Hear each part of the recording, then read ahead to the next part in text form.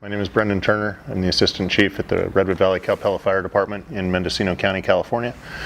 I'm a former paramedic, worked as a paramedic for about 10 years. I've been in the fire service for 21. Right. So when I first heard the term PTSD related to the fire service, I was familiar with that from military, and that's what I always thought of it as, was shell shock, combat stress. It really wasn't until I got into EMS, and that's when critical incident stress debriefings were kind of the new fancy thing that everybody was doing. I was a little skeptical of it, but I did get involved in the CISD team locally here in Mendocino County and received some training in peer counseling as well as team leader for CISDs. So that was really the first time I realized that PTSD was as much of a presence as it is with fire service, EMS, law enforcement. I have participated in CISDs in the past. We've done several here in the county. I'm not as involved as I used to be with that, but we've done them throughout the county. One was for a firefighter who passed away, off-duty firefighter on the coast, and his friends had to work him at scene unsuccessfully. That was probably the most stressful critical incident stress debriefing that we were involved in, just because they weren't really sure what to make of us, and it was a pretty emotionally charged situation. I think ultimately it was successful. I think for me, I've always thought that the peer aspect of that model is much better for most incidents. That one-on-one communication with somebody that you trust, and it's not quite as structured, that seems to me to work better. So yes, that was a successful CISD. I think in many cases the peer aspect of it is a better way to go. I've experienced several symptoms of PTSD over the years. We live in a small community, and the advantage to that is almost everybody you come in contact with. The disadvantage to that is almost everybody that you come in contact with. So that can be very, very stressful. My nickname on the ambulance was Black Cloud, because when I came on duty, bad stuff usually followed me. And we had a series of very bad calls. We had a Reach Air Ambulance crash, and I was the first in medic unit and one of the first people to get to that scene, and everybody had passed away on that. So to this day, if I smell avgas, that triggers a response with me. I'll think about that call.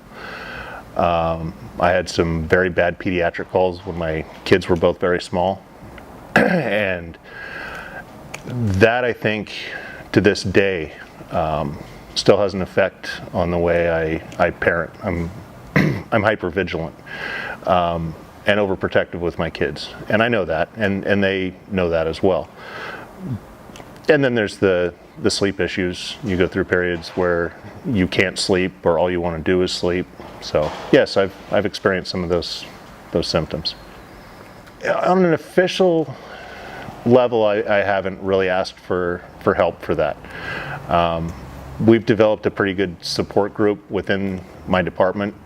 I'm still in contact regularly with my preceptor, who is one of my best friends. He lives over in Reno, Nevada. So I still talk to him, and vice versa. If we have a bad call, for me, that's the healthiest way to do it. Somebody who's walked the walk and talked the talk.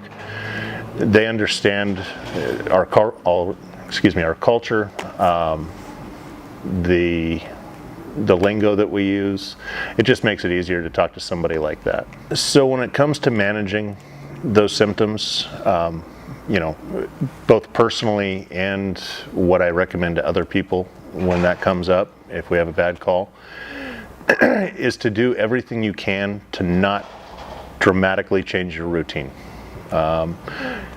One of the things with the CISDs is, and it's not that I disagree with this, but oftentimes you go in and it sounds like you're preaching about, don't go have a drink after a bad call.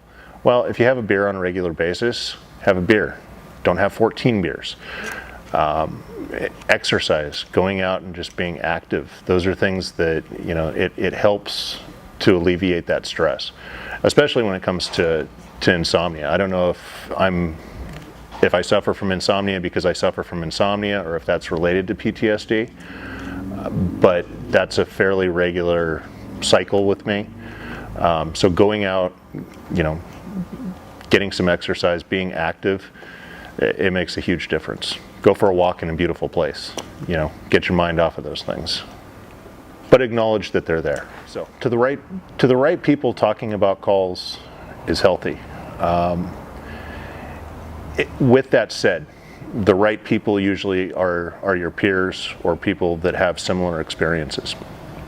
For me, it's not helpful to talk to tourists, if you will, people that are just, they're curious. The worst question you can ask somebody in fire, EMS, or law enforcement: what's the worst call you've ever been on? Now, with that said, to acknowledge those bad calls with other professionals is probably the most healthy thing that you can do, to talk about those calls. So the answer to the question, does it help to talk about it, is yes and no. If you're talking to the right people, it helps. I'm not going to go lay on a couch and tell somebody who's never been behind the wheel of an engine or an ambulance my woes, because they won't understand it. And I don't want sympathy. I want understanding, So the advice that I would give to somebody, both in recognizing those signs and symptoms, recognize those things and understand that almost all of those responses are a normal response to an abnormal situation. Normal people don't see that stuff. That's just not what they're into. And as much as we like to think we're some kind of Superman or superhero, we're not. We're just humans that are doing a job. We have the same emotional reactions to those things that anyone would have. We just back up to our training, get through it, but we still have to deal with it and process that. So recognizing if there's something different about you, if you're feeling sick all the time, if you're all of a sudden extraordinarily lazy and you don't want to get out of the house, that's your mind trying to process this stuff. To get through that, again, talking to your peers, talking to somebody that you respect that's been in the business for a while, who's probably seen something similar to that, talking to them about how they worked through it, is by far, for me, the best way to work through that. But you have to acknowledge that there's something wrong before you can fix it.